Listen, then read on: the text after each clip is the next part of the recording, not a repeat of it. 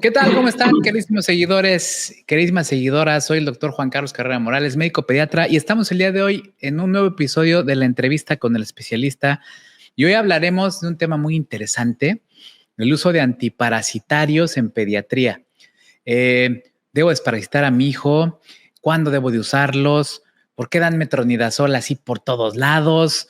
Ese tipo de cositas nos las va a resolver Víctor Hugo Espinosa, un infectólogo pediatra que yo conocí por redes sociales y que apenas lo estoy conociendo hoy en vivo. Vic, ¿cómo estás? Hola, bien, gracias. ¿Qué dices? ¿Todo bien? Todo bien, gracias por la invitación. No, al contrario, muchas gracias a ti. Fíjense, seguidores, que Víctor es pediatra y es infectólogo pediatra.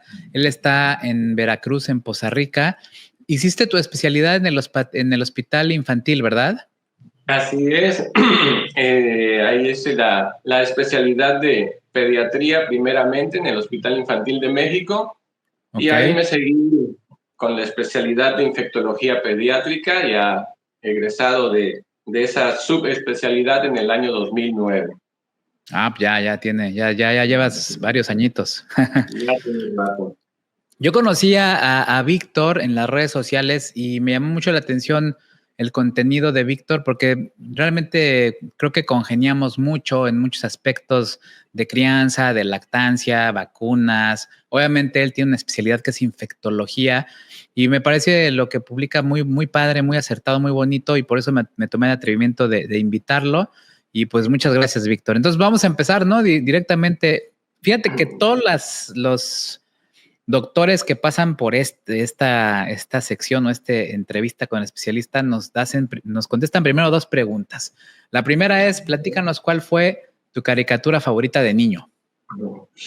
Bueno, pues hubo muchas, pero de aquella época que me tocó, creo que la de Mazinger Z fue la que más me gustaba en aquel entonces.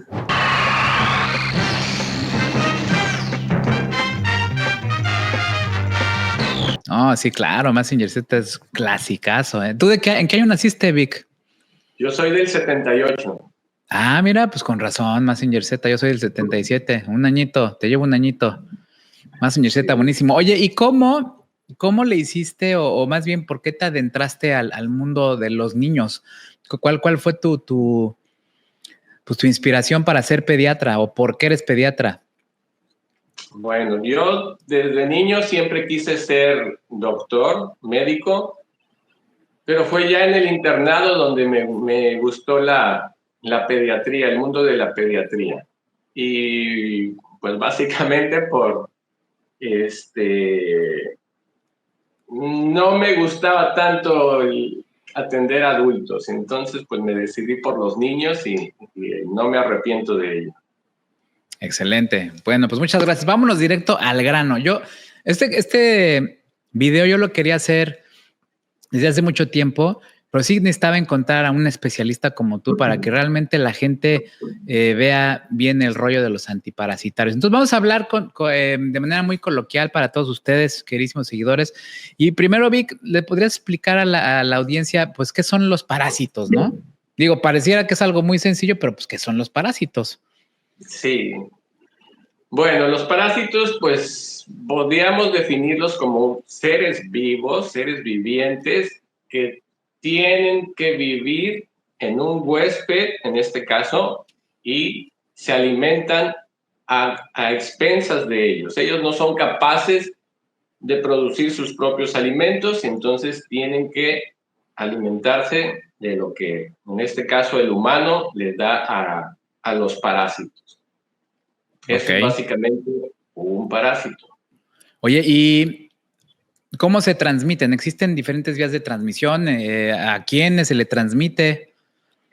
Sí, hay infinidad de parásitos, pero creo que en esta plática vale la pena, bueno, nos vamos a enfocar a los parásitos intestinales, que son los que causan la mayor duda en las mamás, que si lo desparasito, que si no lo desparasito, porque parásitos existen infinidad de ellos, pero Vamos a enfocarnos a los parásitos intestinales en este caso, y básicamente la mayoría de todos ellos se transmite o tiene que llegar a través de la boca. Es básicamente el mecanismo de transmisión. Le llamamos también fecal oral, o sea, de las heces entran por nuestra boca, o en algunos casos de ciertos alimentos, pero es básicamente los parásitos intestinales tienen que entrar por nuestra boca. Ok, y sí, obviamente hablamos de parásitos intestinales porque evidentemente es lo que más se presenta en pediatría, ¿no? Y donde surgen más mitos y todo eso. Pero sí, efectivamente existen muchísimos parásitos, incluso hay parásitos que pueden alejar hasta en el cerebro, ¿no? En músculos, en todos lados. Pero en pediatría lo más común, sí, efectivamente son los parásitos intestinales, los que más generan bronca, ¿no? Sí es. Oye, a ver, esta es una duda que yo he tenido siempre. ¿Existe algún protocolo nacional o internacional, alguna asociación que lo haya escrito, algún protocolo para desparasitar a los niños cada cierto tiempo? O sea, ¿sí es cierto eso o no? Sí, sí es cierto. Y Ok, pues está escrito y está documentado, pues nada más y nada menos por la mayor entidad en el mundo de la salud, de nosotros los médicos, que es la Organización Mundial de la Salud. De ahí parte la recomendación esta de la desparasitación, le llaman ellos desparasitaciones masivas. No se aplica a todo mundo. Ellos determinan una lista de los países en los que recomiendan esta desparasitación masiva y la hacen basados en la prevalencia de parasitosis. O sea, ellos determinan qué tan prevalente son los parásitos en determinado país, en este caso, y ok, si ese país supera la prevalencia del 20%, es decir, que 20 de cada 100 individuos en ese país se considera que puede tener parásitos, ellos ponen en una lista esos países donde recomiendan la desparasitación masiva. Pero aquí hay un punto bien importante, que dentro de ese mismo país, no todas las regiones de ese país van a tener la misma prevalencia de parásitos. Por ejemplo, aquí sabemos que ajá, en el sur de nuestro país, pues las condiciones cambian, son muy diferentes a las del centro o a las del norte, y la prevalencia de parásitos pues va a ser mayor usualmente al sur de nuestro país. Sin embargo, ¿qué pasa en México? Lo que pasa en muchas ocasiones, pues que no tenemos nosotros estadísticas precisas para determinar o decir qué tan prevalente o cuántas personas están infectadas realmente de parásitos. No sabemos si en el norte están al 20%, si en el sur están al 80%. Entonces, es ahí pues donde fallamos nosotros para poder aplicar precisamente o más objetivamente la desparasitación. ok. Ok, entonces, por ejemplo, eso quiere decir que, por ejemplo, aquí en México o en América Latina, en países en vías de desarrollo, por así decirlo, la OMS recomienda la desparasitación masiva, ¿no? Pero a ver, Así es. como tú dices, evidentemente hay regiones en las que hay más, en las que hay menos. ¿Realmente qué protocolos deberíamos seguir los pediatras? O, por ejemplo, lo típico, ¿no? De que te llega una familia y, doctor, nosotros cada 6 meses nos desparasitamos. Aquí ya tenemos a Juanito, nuevo integrante de la familia, y nos toca desparasitarnos. ¿Qué nos recomienda? ¿Qué debemos de hacer en esos casos? Cuando realmente vemos que a lo mejor la familia pues no tiene factores de riesgo para una parasitosis, no hay clínica, no hay nada. ¿Qué hacemos? Bueno, ahí es donde entra la controversia. Ok, Bueno, antes de pasar a ese punto, venga, venga. hablando precisamente que si hay protocolos, que si hay lineamientos, si nosotros revisamos la Cartilla Nacional Cartilla Nacional de Salud, también conocida como Cartilla de Vacunación o Cartilla Nacional de Vacunación, ahí existe un apartado precisamente que habla de las desparasitaciones periódicas cada 6 a 12 meses. La Secretaría de Salud en México, pues casi está poniendo al mismo nivel para la recomendación de la desparasitación a la cuestión de la vacunación. Se está poniendo en el mismo documento. Pero esta situación está dada precisamente porque no se conoce la prevalencia por regiones. Entonces, ¿qué hace la Secretaría de Salud? Que hace un programa de salud nacional, pues dice, pues vamos a desparasitar a todos. De hecho, esa es la recomendación de la OMS, desparasitaciones masivas. Pero por otro lado está la individualización de nuestro paciente. No todos nuestros pacientes van a ser iguales. Entonces ahí es donde viene pues la situación o el debate. ¿Lo desparasito o no lo desparasito? Entonces aquí pues básicamente hay que ver el contexto de nuestro paciente. ¿Dónde estamos? Estamos en nuestro consultorio privado. Es un paciente que conocemos, que sabemos cuáles son más o menos sus condiciones en las que vive. Estamos dando consulta en un hospital público, estamos en un centro de salud, para poder determinar qué es lo que vamos a hacer, pero no es una parte fácil determinar si vamos a dar o no desparasitante. Porque por un lado tenemos la recomendación que lo hagamos masivamente, de hecho eso es lo que se hace o se hacía en las campañas nacionales de vacunación. Por un lado tenemos la desparasitación masiva que nos indica la OMS y la misma Secretaría de Salud, pero por otro lado tenemos que individualizar a nuestro paciente, si tiene síntomas, si no tiene síntomas, en qué condiciones vive, de acuerdo a nuestra historia clínica, para tratar de determinar qué vamos a hacer con nuestro paciente, si le vamos a pedir estudios, si no le vamos a pedir estudios, si lo vamos a dar el desparasitante que está solicitando, si no se lo vamos a dar. Es un tema, una pregunta bastante larga, dolorosa. Que nos podemos pasar toda la hora platicando solo de ese punto. Y me imagino que va a ser un tema que en los congresos de infectología es recurrente, ¿no? O sea, a todos o no a todos, o está cañón. Está cañón, pero yo creo que tenemos que ver el contexto de nuestro paciente.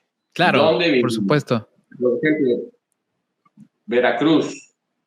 Yo conozco pues mi ciudad, conozco las zonas aledañas, los municipios, sé de dónde vienen las personas, hablando de mi consultorio particular. Entonces, yo puedo determinar, de acuerdo a mi paciente, qué es lo que tengo que hacer con mi paciente individualizado. Si mi paciente viene de una comunidad, vienen 3, 4 hermanitos, vienen con un grado de desnutrición, la mamá me está pidiendo desparasitante, pues lo más probable es que se lo voy a dar.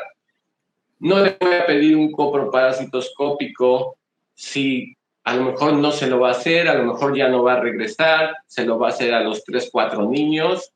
Sí, claro, le va a hacer gasto de dinero para ella, para la familia. Ni siquiera se lo hacen al niño que tiene síntomas de parásitos, que tiene diarrea, que le pedimos el coproparasitoscópico, no se lo hacen, se lo va a hacer al niño que en teoría está sano, pues menos se lo va a hacer al niño que no tiene síntomas de parásitos. Entonces, pues probablemente a esa familia o a esos niños, probablemente sí se los voy a dar. Si me llega un paciente que es de aquí de la ciudad, que no viene de comunidad, que ya ha venido varias veces conmigo, que yo sé por su historia clínica más o menos sus hábitos de higiene, su alimentación, pues tal vez no, tal vez le pida primero un coproparasitoscópico, tal vez ni siquiera le pida ese coproparasitoscópico. En fin, no es sencillo individualizar finalmente al paciente, que es lo que tendríamos que hacer. Claro. Pero si nuestro paciente vemos que tiene factores de riesgo para parásitos, uno de ellos es la desnutrición. Los pacientes desnutridos tienen hasta un 80% de prevalencia de parásitos, la mayoría. Ok. Pues no tiene mucho caso pedirle un estudio que incluso podría llegar a dar negativo, Eso. aun cuando nuestro paciente sí tenga parásito. Esa era una No es. pregunta que te quería hacer. Sí. Ujú. O sea, ese es clásico, ¿no? De que ya no tiene nada en el copro y ya no le damos nada y el niño desnutrido, con síntomas de parasitosis. De hecho, a ver, vámonos por partes. A ver, hubo muchas mamás en el Facebook nos preguntaron que cuáles son los síntomas más clásicos de que ellas o que los papás pudieran darse cuenta de que un niño pudiera tener una parasitosis. ¿Les podrías explicar más o menos eso? Sí. Los síntomas no son tan específicos de parásitos. Puede ser desde dolor abdominal, puede ser un cuadro diarreico, puede haber evacuaciones dependiendo del parásito, pues con moco, con sangre. Puede haber una afectación en su crecimiento, en su estado nutricional, pueden algunos provocar anemia, pero todos esos síntomas que nos pueden dar los parásitos también nos los pueden dar algunas otras enfermedades. Sí, claro. Pero pues, nos hace sospechar un paciente con dolor abdominal, con distensión, con diarrea, paciente desnutrido. Obviamente, si vemos el contexto del paciente, tal vez viene de una comunidad, no es tan fácil tampoco hacer el diagnóstico de parasitosis por clínica meramente. Nos hace Sí, sospechar. Sí, o sea, es que como dices tú, o sea, y eso es algo que me gustaría que los papás que están viendo este video, que se interesaron en este video, sepan, o sea, uno como médico tiene que ver a un paciente, y eso no nada más es una parasitosis en todas las enfermedades, ¿no? O sea, tiene que ver a un paciente de manera global, o sea, englobar síntomas, peso, talla, dónde vive, el agua que hay en su comunidad, muchas cosas para sospechar en algo y entonces poder ofrecer algún tratamiento, porque luego llegan mamás o padres a tu consulta que la verdad es que no tienen ningún dato de parasitosis, ninguna sospecha, ni nada que pudiera hacerte sospechar en eso. Y son familias que se meten antiparasitarios incluso hasta cada 6 meses rigurosamente, ¿no? Y llega un bebé chiquitito y ya tiene que entrar en ese protocolo, ¿no? Entonces sí es importante que sepan que nosotros necesitamos ver a un paciente de manera global y encontrar estos cierto tipo de síntomas para que nosotros decidamos, ¿no? Tampoco vamos a darle así para antiparasitarios a todo mundo, ¿no? Pues sería como que un uso indiscriminado, ¿no? Así es. Oye, a ver, aquí hay una pregunta muy interesante, espérame, porque la vi de una mamá. Fíjate, bueno, o sea, esto de los mitos lo vamos a ver. Fíjate, ¿cómo afecta la flora intestinal del bebé después de una desparasitación? ¿Se deben de dar prebióticos? Yo creo que está como que muy adelantada esta, ¿va? ¿Nos la dejamos para el rato o de una vez nos la aventamos? Yo quería hablar primero ahorita que ya hablaste de que podemos desparasitar a los niños, mejor dinos a quiénes podemos empezar a desparasitar, a partir de qué edad es una pregunta importante y con qué antiparasitario, ¿no? ¿Cuál usamos? Si lo vas a desparasitar así empíricamente. Sí. Bueno, las recomendaciones de la OMS y de la Secretaría de Salud no vamos a desparasitar contra todos los parásitos. Eso sería imposible. Claro. Básicamente, parásitos intestinales se dividen en dos grupos y son los microscópicos, los que no vemos, como la amiba, y los macroscópicos, los que sí vemos, las lombrices, los gusanos que le dicen, o las lombrices, o sea, lo que sí podemos ver, que se llaman helmintos. La recomendación de desparasitación periódica que emite la OMS, que emite la Secretaría de Salud, va dirigida contra helmintos, contra lombrices, no va contra amibas, contra lombrices básicamente. Y los dos medicamentos que ellos dan en estas recomendaciones es básicamente el albendazol y el mebendazol. ¿Cuál es más común de los dos encontrarlo aquí en México? El albendazol es el que más se utiliza para para este tipo de desparasitaciones periódicas. Ok, oye, ¿y a partir de qué edades podemos usar? Esta es una pregunta muy común, porque luego bebecitos de 2, 3 meses no les puedes dar empíricamente, ¿no? No se recomienda. La recomendación para hacerlo de esta manera es a partir de los 2 años de edad. Ok, De sí, acuerdo, claro. esto depende de las prevalencias. En algunos países que hay mayor prevalencia de parásitos que en México, lo pueden recomendar a partir del año de edad, pero la recomendación para México, de hecho, si revisan la cartilla, ahí viene, a partir de los 2 años de edad.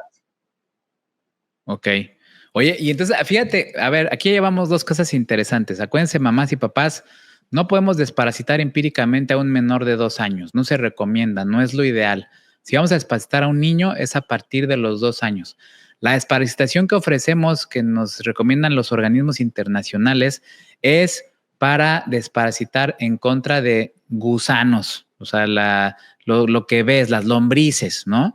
Hay otros parásitos como las amibas, las yardias, todo eso que no se ven, que en realidad no podemos tener como, digamos, lo que yo entendí, un protocolo para desparasitar, porque ahí ya se deberían de usar otro tipo de antiparasitarios, ¿no? Y aquí es donde viene una pregunta que va a estar cañona, ¿no? ¿Por qué? ¿Por qué? Porque yo lo veo, tú me imagino que lo has de ver todo el tiempo en tu práctica. Llega un niño, un bebecito con diarrea, 2, 3 días de evacuaciones líquidas, y llega con el famoso metronidazol, que se lo recetaron en la farmacia, incluso hasta por 7 días, ¿no? Sin tener ni siquiera un diagnóstico de un parásito para el que pueda llegar ese medicamento. ¿Qué nos puedes decir al respecto? Sí, pues eso es totalmente cierto. Se abusa del metronidazol en los cuadros de diarrea. Sí. Cuando realmente el porcentaje de diarreas ocasionados directamente por parásitos pues es menor, alrededor del 1%. Sabemos que la mayoría de todas las diarreas en los niños, alrededor del 90%, van a ser de origen viral, Viral. que no necesitan ni un antiparasitario como metronidazol, que funciona contra amibas, ni un antibiótico, que también se abusa de los antibióticos en las diarreas. La gran mayoría de todas las diarreas no necesitan un medicamento, un antibiótico, un antiparasitario, no necesitan metronidazol. Es que de verdad es impresionante las cosas que te encuentras, ¿no? O llegan a desparasitar niños de manera empírica, lo cual debería hacerse con el albendazol o el mebendazol. Los llegan a desparasitar con metronidazol y se los dan de 7 a 10 días cuando ni siquiera se ha investigado si sí tienen algo, ¿no? Sí, eso también es bien común. Instituciones públicas, a nivel privado, llegan, doctor, es que no, pues lo acabo de desparasitar la semana pasada. Ah, sí, ¿qué tomó de desparasitante? No, pues tomé el metronidazol por 7 días. Eso Sí, no. no es una desparasitación recomendada, que recomienda la OMS, que recomienda la Secretaría de Salud. Esas no son desparasitaciones periódicas. El metronidazol es, en el caso de los parásitos, pues actúa contra amibas, contra giardia, pero Ajá. no actúa contra las lombrices, contra los gusanos, contra los helmintos.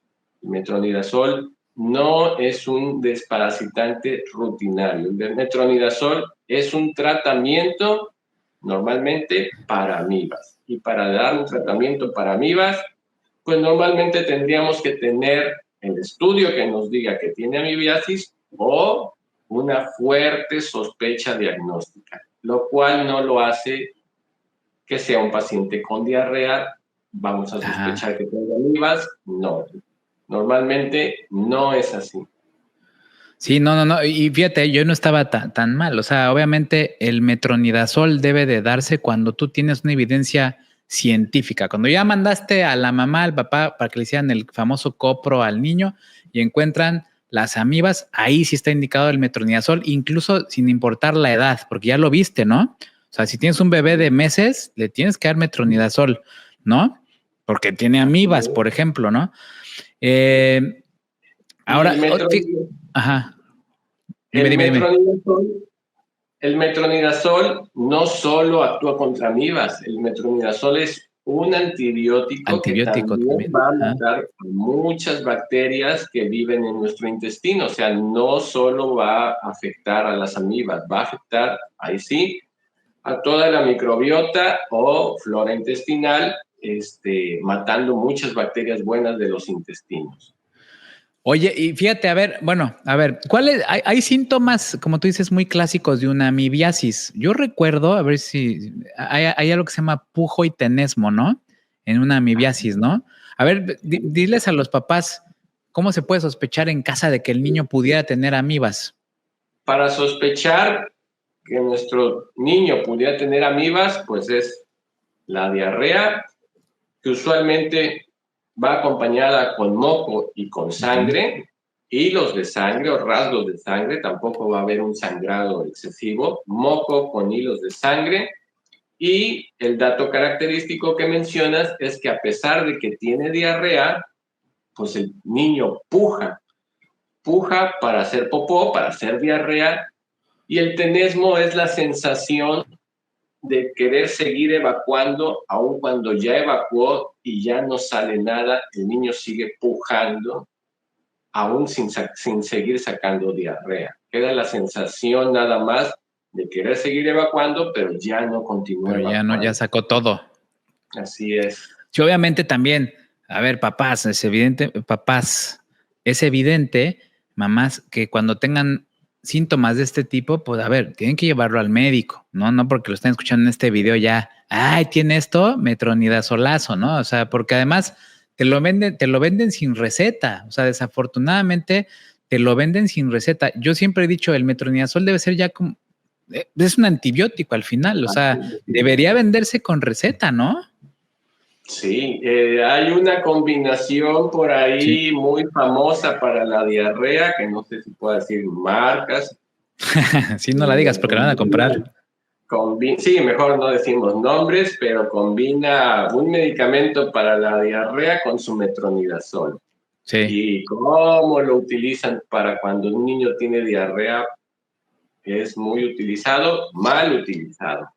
Y aparte, incluso, y lo voy a decir con mucho respeto, el farmacéutico, ¿eh? O sea, la mamá llega a la farmacia, el papá, inquietos, preguntando, mi hijo tiene diarrea, del pum, se usa mucho para la diarrea y le meten, como dice, el metronidazol, más el medicamento que ayuda a parar la diarrea. O sea, ya es invasión. Yo considero que eso es una invasión ahí, intestinal fuerte, ¿no?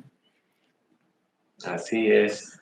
Oye, Vic, y por ejemplo, vamos a suponer que tú ya detectaste a un niño en una familia con amibiasis. Pasa mucho que te dice los papás, oiga, bueno, Juanito tiene amibiasis, nos tenemos que desparasitar toda la familia. ¿Ahí aplica el metronidazol para todos o es copro para cada uno de ellos? No, en la cuestión de las amibas no aplica metronidazol para todos, porque ya vimos que es un antibiótico que va a barrer la flora intestinal y normalmente los que tienen mayor riesgo de la amibiasis pues son los niños. No necesariamente los papás o los hermanos mayores van a tener esa misma parásito, esas mismas amibas. Damos el tratamiento, en este caso metronidazol, en este caso al niño que esté enfermo y que nosotros hayamos corroborado que tiene las amibas. Mi queridísimo Vic, a ver, ya ahorita me dijiste que pues tiene que ver mucho la desparasitación con lo que veamos como con nuestros pacientes y todo este tipo de cosas, ¿no? ¿Se puede desparasitar a un niño aunque no haya síntomas? O sea, si la mamá te lo pide, se puede desparasitar. Digo, ya hablamos de esto, pero realmente ¿se puede dar algo aunque no haya síntomas de nada?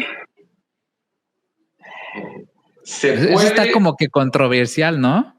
Esa es la gran controversia. De hecho, hay muchos pediatras pues que optan por la desparasitación masiva, de acuerdo a las recomendaciones de OMS, Secretaría de Salud, y otros que dicen, no, pues yo nunca he dado un desparasitante a un niño que no tiene nada. Yo siempre les mando a pedir copros, o si no tiene nada, pues simplemente ni le pido copros ni le doy nada.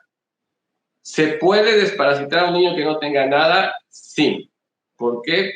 Tenemos o está respaldada por esa recomendación de la OMS y la misma Secretaría de Salud.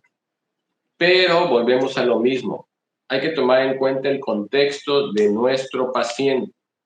Pero de hecho, la recomendación de la OMS es la desparasitación masiva y en aquellos lugares donde la prevalencia de los parásitos es arriba del 20%, hay un apartado muy claro que dice no vale la pena o no es adecuada la individualización del paciente, o sea, el envío de muestras de coproparasitoscópico incluso.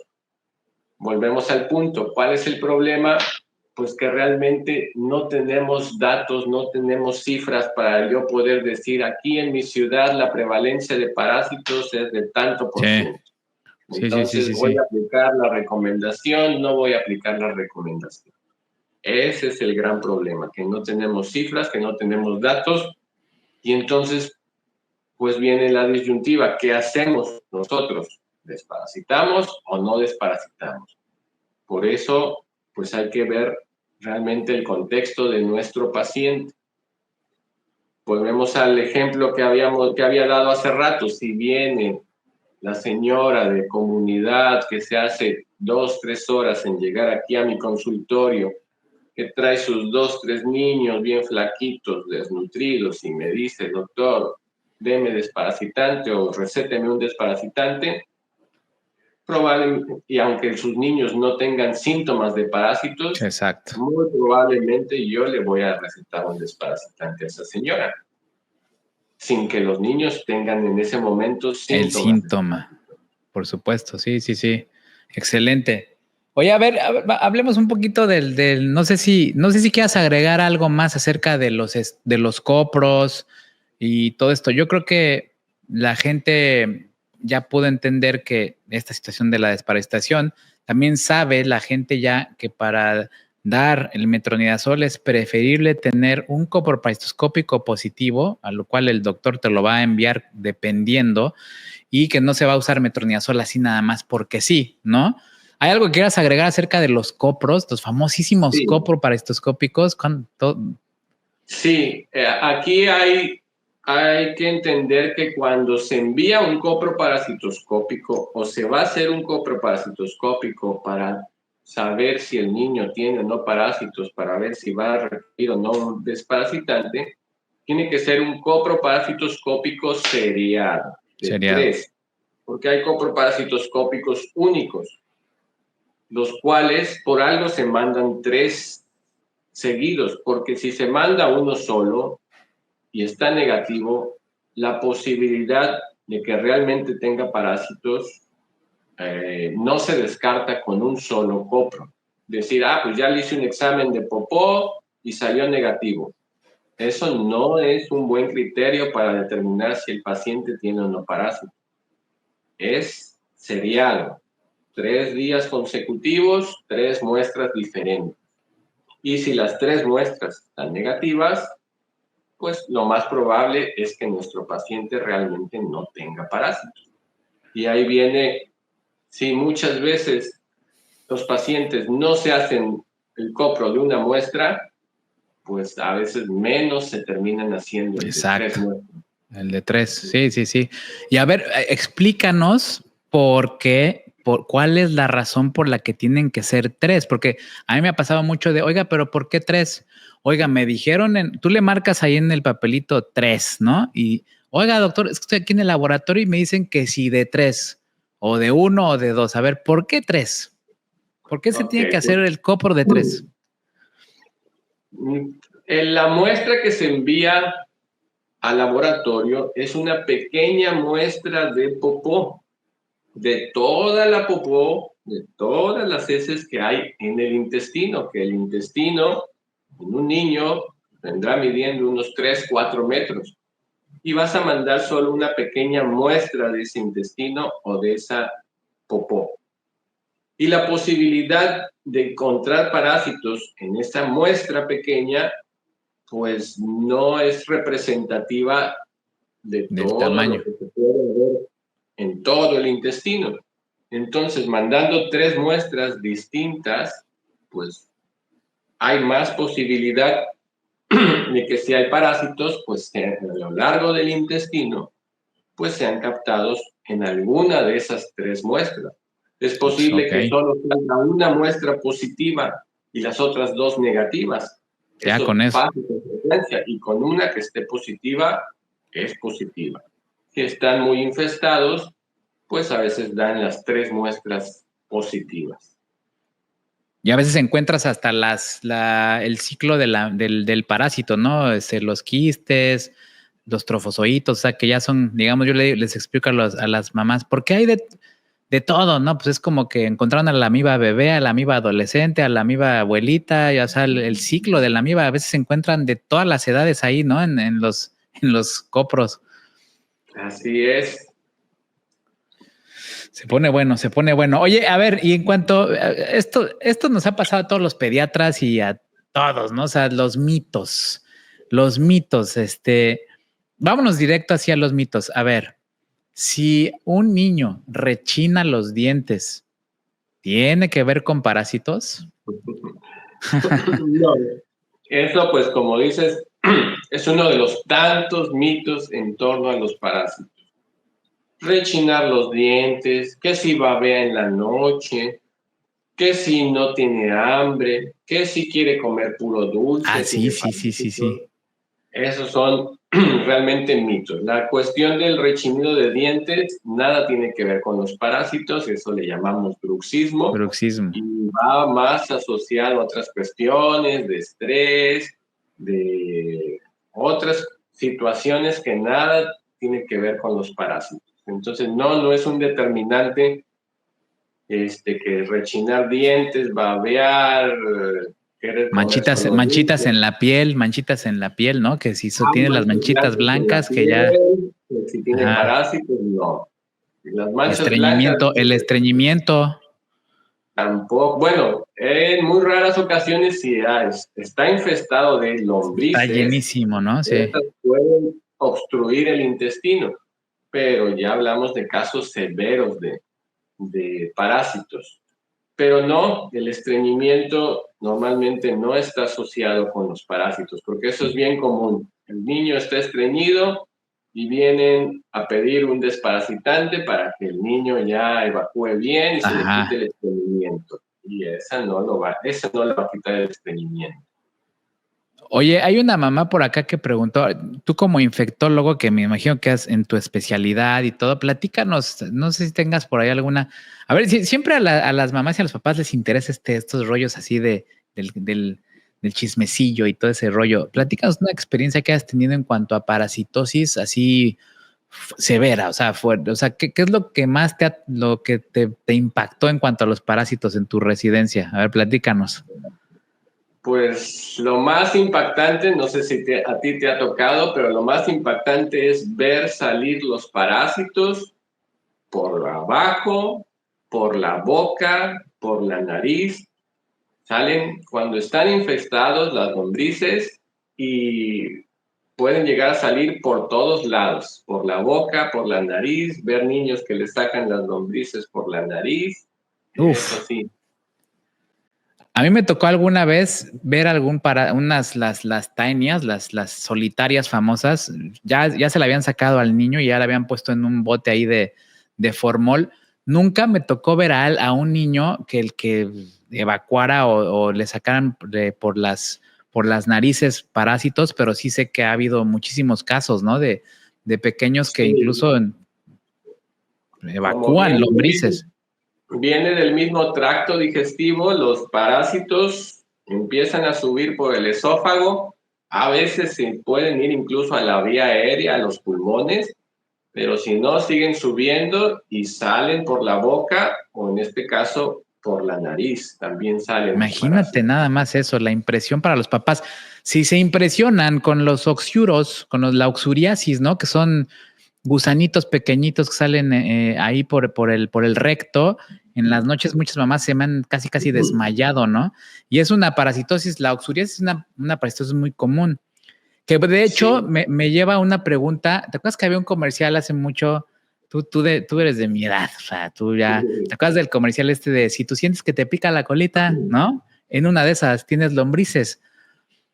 A ver, ¿es cierta esa frase? O sea, porque muchas mamás, incluso yo les pregunto, a ver, ¿se rasca la colita el niño? Sí, se rasca. ¿Es un buen dato para poder desparasitar? No, no es un buen dato, o sea, sí tiene algo de cierto, pero no del todo cierto. Ok. Los oxiuros Ajá. efectivamente son parásitos que, sobre todo por las noches, salen del intestino a la región perianal a depositar Sí. sus huevecillos y eso causa mucha comezón en la colita.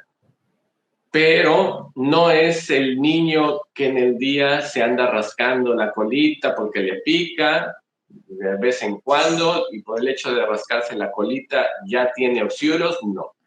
La comezón de los oxiuros es una comezón intensa que Sí. aumenta o que se presenta principalmente por las noches y que no deja dormir al niño de tanto que se está rascando. Es una comezón Rasque. intensa que aumenta por la noche. Y ahí donde se pueden ver los oxiuros. Si en la noche se acercan con la luz apagada, prenden una luz, una lamparita y buscan o le alumbran su colita, ahí podrán ver los pequeños gusanitos, alfilerillos también les llaman, pequeños gusanitos blancos alrededor de la colita. Pero en cuanto ven la luz, otra vez agarran camino y se meten otra vez a la región perianal.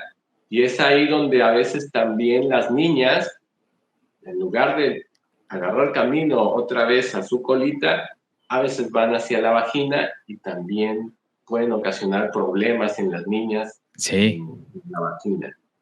Oye, Fercho, ahí nos pones, vamos a poner una imagen aquí para que la vea la gente de los oxiuros, esos gusanitos que están viendo en pantalla, que incluso las mamás, y no sé si hay alguna mamá por acá que los haya visto, nos los describen en el consultorio. Doctores, que fíjense que estoy bien espantada porque le observé a mi hijo, una vez me tocó una mamá que me lo trajo en una bolsita, una cosititita chiquitita, ¿no? Le observé unos gusanitos que se le movían en la colita y horrible y casi me desmayo y todo, ¿no? Y en las niñas efectivamente les genera mucho escozor, mucha picazón en la vulvita, porque muchos de ellos regresan obviamente en el varón ya no pasa eso por los genitales, ¿no? Entonces en la niña se meten por la vulva, por la vagina y generan muchísima irritación en las niñas. Es impresionante, ¿eh? O sea, dices, ¿qué onda? ¿Qué tendrá esta niña? Y resulta que muchos de ellos tienen oxuriasis, ¿no? Y son mueren rapidísimo esos bichos, ¿va? Con el albendazol, pum, los acabas, pero al primer escopetazo. Así es. Y entonces, pues no a todo niño que le pique la colita significa que tiene lombrices. Exactamente. Si es Ok. una comezón intensa, nocturna, que no lo deja dormir bien, ahí sí es probable que los tenga. Y caemos en lo mismo, ¿no? Que al final lo importante es ir con el médico para que revise, para que interrogue, para que saque la mayor parte de conclusiones y vea qué es lo que va a hacer con ese muchachón o esa chiquilla, ¿no? Oye, a ver, estas desparasitaciones que pueden ser constantes o una desparasitación porque encontraste algún parásito, porque ves síntomas, ¿sí afecta mucho la flora intestinal? ¿Hay que dar probióticos? ¿Sirve eso? ¿Qué hay que hacer? Porque lo preguntaban mucho las mamás. ¿Qué hay que hacer cuando estamos desparasitando a un niño? Bueno, precisamente ese punto es un punto que aclara en su documento la Organización Mundial de la Salud, que dice que estos dos desparasitantes específicamente, albendazol y mebendazol, son medicamentos que los cataloga como bastante seguros en el Ok, uso de los niños para estas desparasitaciones masivas, porque son unas dosis adecuadas y normalmente es una sola dosis. Y hay muchos estudios, o hay estudios precisamente que ven este punto, esta pregunta que ya se han hecho pues, estos organismos, y han determinado que si se administra una sola dosis en periodos de cada 6 meses a 12 meses, no tiene un impacto significativo sobre la alteración de la microbiota o la flora Excelente. intestinal, como le conocen normalmente. Ajá. Y hay estudios, hay muchos estudios, o hay varios estudios de muchos países donde se aplica esta norma. Si México tiene cierto grado de parasitosis, pues sabemos que hay otros países en África, sobre todo Asia, que tienen unas prevalencias de parásitos superiores al 50%. Y en ellos se ha hecho mucho este tipo de estudios, cómo afecta su flora intestinal, su microbiota, la administración de este tipo de medicamentos en una sola dosis periódicamente, y la mayoría de todos ellos concluye que no afecta de manera significativa o que se puede usar con seguridad como pues así lo recomiendan los organismos internacionales. Okay. Se ven los mayores cambios en la microbiota no están asociados a la administración del medicamento. Están asociados cuando en los niños que sí tienen parásitos y que esos parásitos mueren, pues en esos niños sí va a haber un cambio significativo de su microbiota intestinal, pero no lo asocian al medicamento, lo asocian a la muerte de esos parásitos que había dentro del intestino. Órale. Súper interesante esa situación, ¿eh? Porque a veces también se abusa, ¿no? A ver, dale 20 días de probióticos, ¿no? Y nada más le diste un poquito del Vendasol, ¿no? Y en este caso, pues no estaría indicado administrar probióticos si es un desparasitante de una sola De una dosis. sola toma. Excelente. De una sola toma. Porque hay bueno, viendo este tema, fíjate, algo interesante que me topé buscando información acerca de este tema. Ajá. Hay muchas, entre nosotros los pediatras que hacemos algún tipo de contenido, hay mucha controversia en este tema. Unos dicen que es desactualizado ya desparasitar, que es algo que ya no se usa, que es algo que se usó hace muchos años, que dar un desparasitante es como dar antibióticos en un niño que no tiene una infección. Y son puntos pues que hay pues cierta desinformación también entre nosotros, porque desparasitar no es una práctica desactualizada, no en las regiones al menos que tienen Ajá. esta carga alta de parásitos. Es una medida que se ha visto pues que tiene beneficios en aquellas comunidades o en aquellas zonas pues con alta prevalencia de parásitos. Y son recomendaciones actuales, son recomendaciones del 2023, pero son recomendaciones que se actualizan cada 5 años, vienen Exacto. nuevas, pero tienen tiempo que se usan y están vigentes internacionalmente y pues vigentes en nuestro país, finalmente.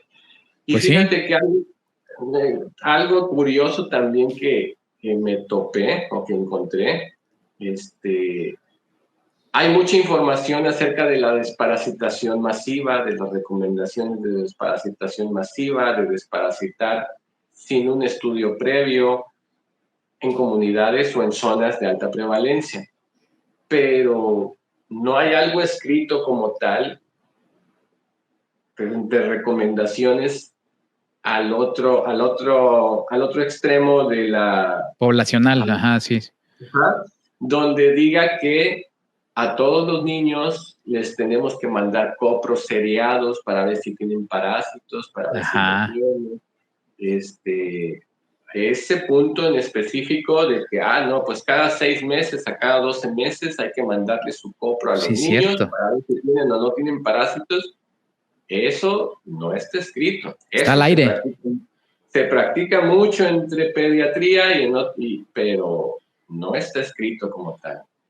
Sí, tienes toda la razón. Fíjate que, y eso, por ejemplo, y tienes mucha razón. O sea, a ver, vamos a poner, te llega un paciente de una familia que, pues bueno, que tiene una posibilidad económica, que sabes que no estoy diciendo que mala higiene ni nada, simplemente que a lo mejor ves que el niño está bien nutrido, que come bien, que no tiene ningún síntoma ni nada. Entonces, por ejemplo, a mí sí me han dicho, oiga, quiero desparasitarlo. Yo les digo, ¿sabes qué? Vamos a hacerle mejor un copro. Pero sí, efectivamente, no hay para ver si necesita, ¿no?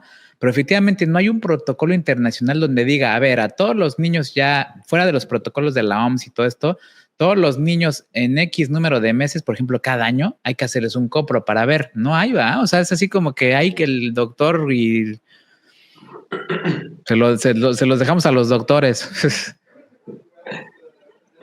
Sí, por eso es un tema que causa mucha controversia entre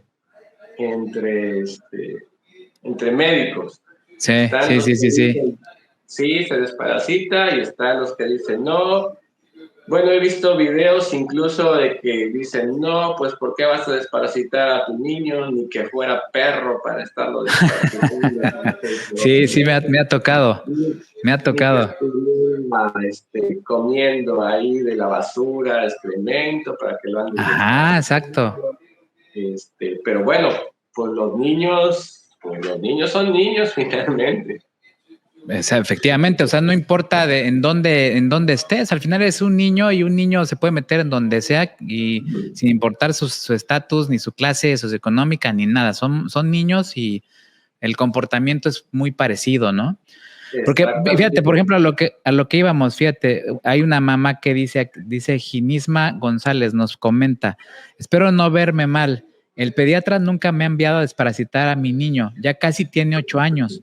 Nunca ha presentado molestias. Le pregunté y me dijo que no tiene, que no me ha enviado porque mi hijo no ha tenido enfermedades que lo amerite. ¿Será esto correcto? Es lo que platicábamos, ¿no? O sea, pues esa criterio se dan muchos factores que, como dices tú, pues sí se llegan a presentar ciertas controversias, ¿no? Sí. Está cañón.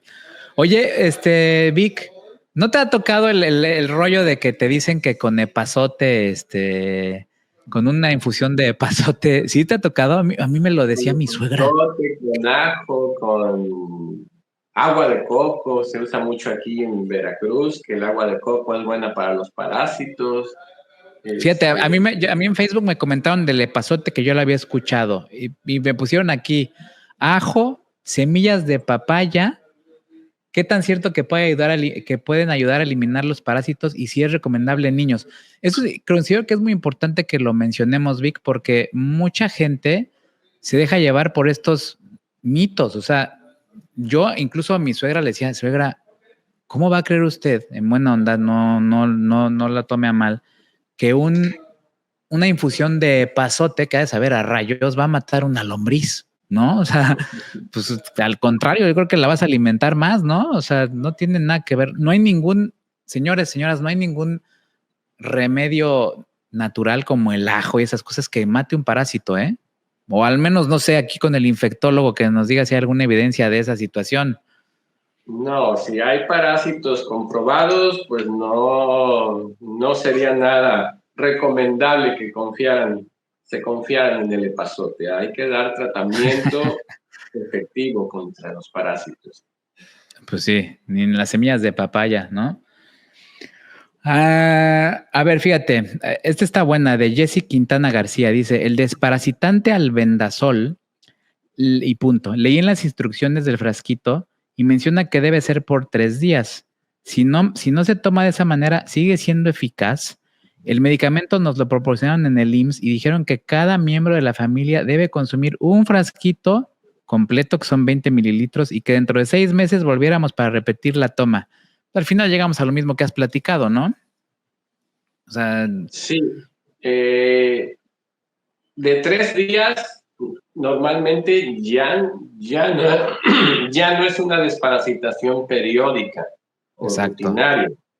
De 3 días hay tratamientos, depende del parásito, pero si ya se corrobora un parásito, hay tratamientos de 3 días. Si no hay parásitos corroborados, normalmente es de una sola toma. Perfecto, perfecto.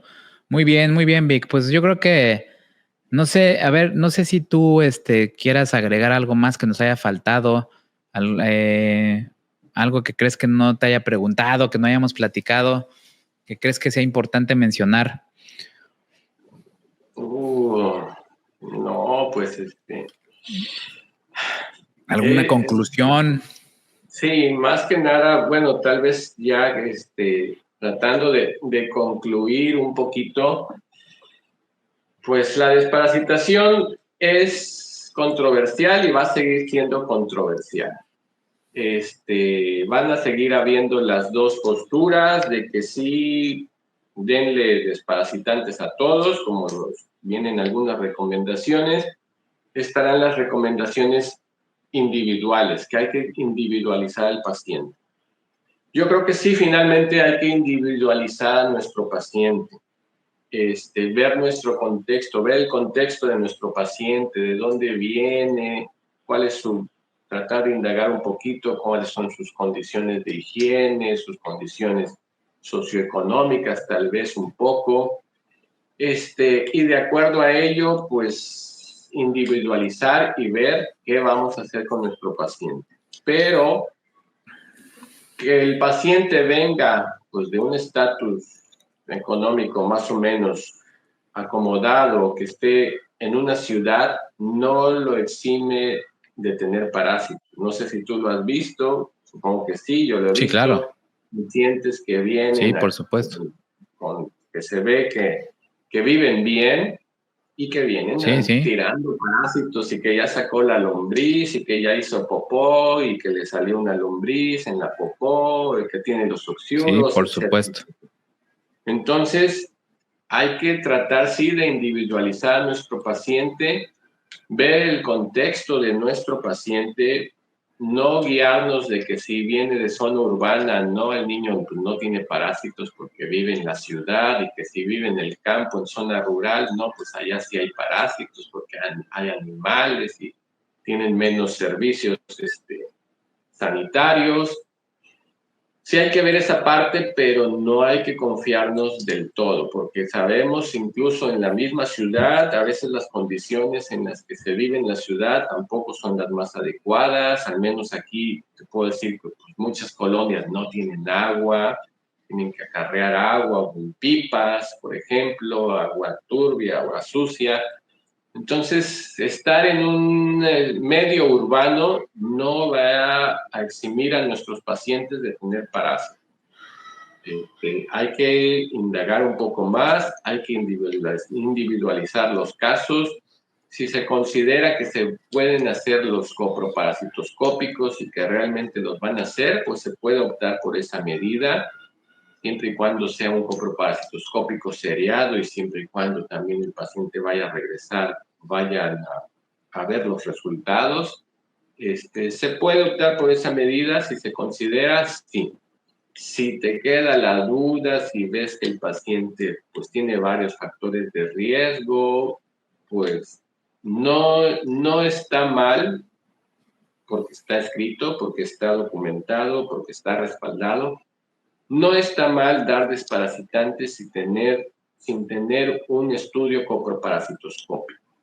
Y no está mal darlo, incluso tampoco, si el paciente no tiene síntomas. Está respaldado, está documentado. Si así consideramos que nuestro paciente tiene un factor de riesgo alto para tener parásitos. Las prevalencias de parasitosis son bien variadas.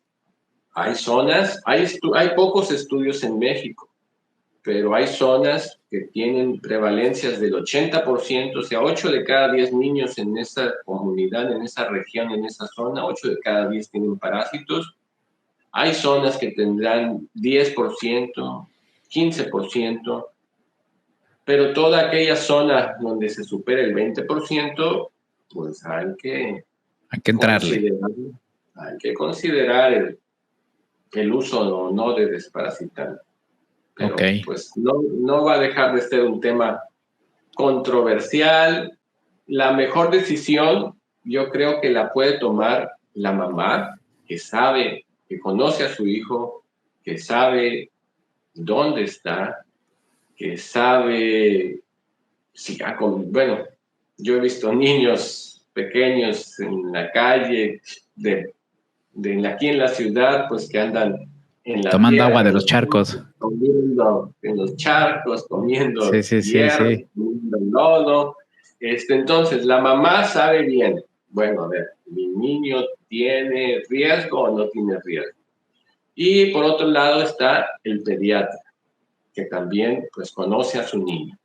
Entonces, a ver, entre los dos, mamá, pediatra, pues van a llegar a un acuerdo. ¿Qué vamos a hacer? Le vamos a dar desparasitante, le vamos a pedir, yo mamá, le voy a hacer sus estudios coproparasitoscópicos seriado para ver si tiene o no tiene parásitos. Yo mamá, ¿sabe qué, doctor? Pues yo no le puedo hacer los estudios, no tengo tiempo, no tengo dinero. Mi niño, pues yo sé en dónde está, dónde juega. Échemelo. Denme un desparasitante. Pues ahí van a llegar a un acuerdo. Mamá, pediatra, ¿qué van a hacer con su niño? De lujo, Vic. Muchas gracias. Fíjate que yo me llevo mucha información muy, muy valiosa de esta entrevista. Para mí fue muy importante y creo que yo me quedo con muchas conclusiones, pero me quedo con unas importantes. A ver, primero, recuerden, papás y mamás, que sí está permitido o sí está autorizado o sí está, pues sí, estudiado por organizaciones internacionales que sí se puede hacer la desparasitación, digamos, continua, bajo vigilancia médica, pero solo de una sola toma, porque obviamente son para parásitos, ¿cómo se llama? Como para, Lombrices. perdón. Helmintos, lombrices. Ajá, para lombrices, perdón, para los gusanitos, ¿ok? Dos, realmente cuando vayas a una farmacia, cuando vayas a un consultorio y tu hijo tiene diarrea y le mandan metronidazol por 7 días sin tener una evidencia científica, pues ahí sí hay que, en lo personal creo que hay que acudir con otra opinión, ajá, porque en realidad el metronidazol es agresivo y se tiene que dar bajo circunstancias ya científicas, bajo pruebas clínicas de laboratorio o bajo el pediatra que vea algunos síntomas que son reales en ese chamaco, ¿no? 3, que no se dejen llevar por lo de los mitos, ¿no? O sea, el que un niño a fuerza que se la pase rascando la colita, el que tenga manchas blancas en la piel, el que rechine los dientes, el que tenga que esté comiendo puros dulces, eso se los das tú, eso no tiene que ver con los parásitos. Todo ese tipo de mitos, pues no son porque tengan parásitos, ¿no? Y 3, el tratamiento, ¿no? El tratamiento de cosas raras, ¿no? Como pasote, papaya, ajo, esas cosas no sirven para los parásitos y hay que dar un tratamiento específico, ¿sale? Y entonces, pues creo que esta entrevista estuvo increíble, estuvo padrísima para papás, mamás. Nos gustaría que me dejaran acá abajo todos sus comentarios acerca de los parásitos, de los antiparasitarios, qué medicamentos les han mandado, qué antiparasitarios, qué les han dicho, qué mitos hay, es muy importante para nosotros. Y les vamos a dejar acá abajo las redes del doc Víctor Espinosa, infectólogo. Todos los que nos vean en Veracruz, en Poza Rica, pum, ya saben a quién caerle. El doctor Víctor Espinosa, infectólogo. Vamos a dejar acá abajo sus redes sociales para que lo sigan. Tiene información muy puntual, muy importante, muy actualizada y muy, muy padre, ¿no? Para que todo el mundo lo siga. Y pues muchas gracias, Vic. Muchas gracias. Estuvo muy, muy interesante el tema. Gracias por aceptar la invitación. Bueno, gracias. Y por último, acuérdense, la última palabra la tiene mamá y su pediatra. Esta plática, pues, es solo informativa. Efectivamente, sí, no vayan a llegar ya a la farmacia a comprar el albendazol y directo, o no vayan a aceptar ya, ay, metronidazol ya es un veneno. No, o sea, eso es información para que ustedes estén un poquito más ahí metidas en este rollo, pero siempre hay que llevarlos al pediatra, ¿no? Así es. Va, sale. Pues muchísimas gracias, Vic, por todo. Cuídate mucho. Estamos en contacto. Gracias por la invitación. Muchas gracias a ti. Gracias, amigos. Cuídense. Bye.